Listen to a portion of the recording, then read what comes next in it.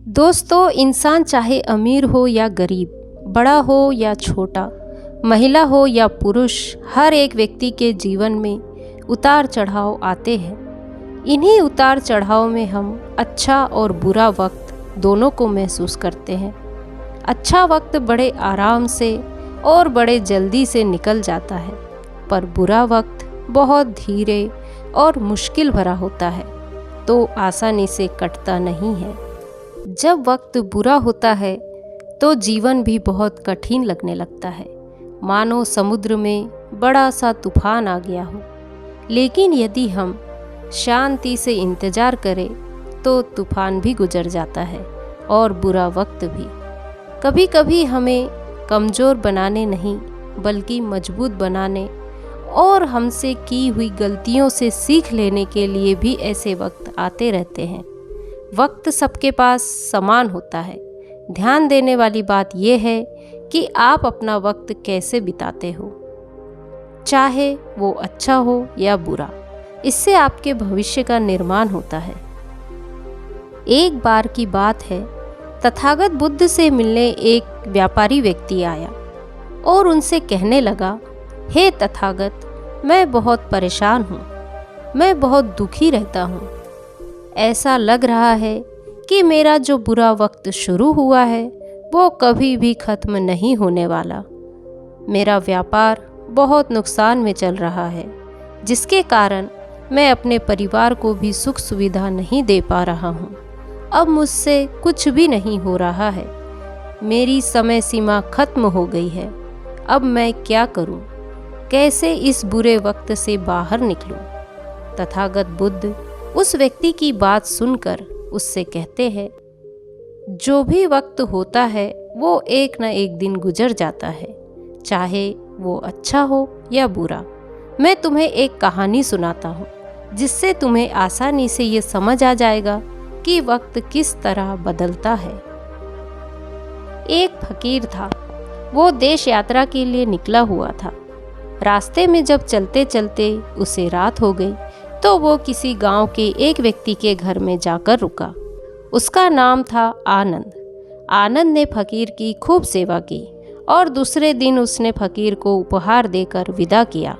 फकीर आनंद की सेवा से बहुत खुश हो गया था और उसे आशीर्वाद देने लगा और कहने लगा, तू दिनों दिन बढ़ता रहे। फकीर की बात सुनकर आनंद हंसने लगा और बोला, जो भी है ये भी नहीं रहेगा। फकीर आनंद की तरफ देखता रह गया और वहां से चला गया। कुछ सालों बाद फकीर का उसी गांव में आना हुआ तो वह फिर से आनंद के घर आया और देखा कि उसका सारा धन, सारी संपत्ति, सब कुछ खत्म हो गई है। पता चला है कि वो अब गांव के किसी बड़े जमींदार के घर नौकरी करता है। आनंद ने धन के अभाव में भी फकीर का स्वागत किया। जो फटी चटाई थी उन्हें उस पर बिठाया और उसके पास जो भी रूखा सूखा था वो उन्हें खाने के लिए दिया। दूसरे दिन जाते समय फकीर की आंखों में आंसू आ गए। फकीर कहने लगा, ये क्या हुआ? आनंद फिर हंसा और कहने लगा, इसमें दुखी होने वाली क्या बात है? वक्त जैसा भी हो हमें खुश रहना चाहिए, क्योंकि वक्त हमेशा बदलता रहता है। और सुनो, ये भी नहीं रहने वाला। फकीर सोचने लगा, मैं तो केवल भेष से फकीर हूँ, लेकिन सच्चा फकीर तो तू है आनंद।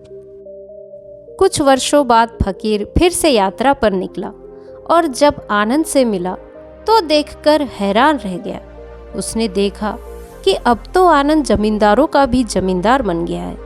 उसे मालूम हुआ कि जो जमींदार के यहाँ आनंद नौकरी करता था उसकी कोई संतान नहीं थी।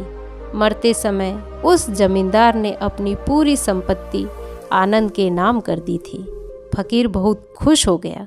उसने आनंद से कहा, अच्छा हुआ वह जमाना गुजर गया, अब तू ऐसा ही बना रहे। आनंद फिर से हंसा और कहा, फकीर अभी भी तेरी नादानी बनी हुई है। फकीर ने पूछा, क्या ये भी नहीं रहने वाला? आनंद ने कहा, हाँ, या तो ये चला जाएगा या तो इसको अपना मानने वाला चला जाएगा। यहाँ पर कुछ भी हमेशा रहने वाला नहीं है, और अगर कोई चीज़ शाश्वत है तो वह है हमारी आत्मा, हमारे मन की शांति, सुकून, और बाकी जो भी कुछ है वो हमेशा रह नहीं सकता। फकीर ने आनंद की बातों को बहुत ध्यान से सुना और वापस चला गया। कहानी सुनने के बाद वह व्यक्ति बुद्ध से बोला कि हे तथागत, मुझे समझ में आ गया है कि जीवन में वक्त कभी भी बदलते रहता है, चाहे वो अच्छा हो या बुरा। वक्त हमेशा एक सा नहीं रहता है, वो एक न एक दिन गुजर जाता है। तो दोस्तों, वक्त जैसा भी हो बीतता जरूर है। आदमी अगर ठान ले तो वक्त से जीतता जरूर है। आज की कहानी यदि आपको पसंद आई हो तो कहानी को लाइक, शेयर, कमेंट करें और मेरे चैनल को सब्सक्राइब करें। नमो बुद्धाय।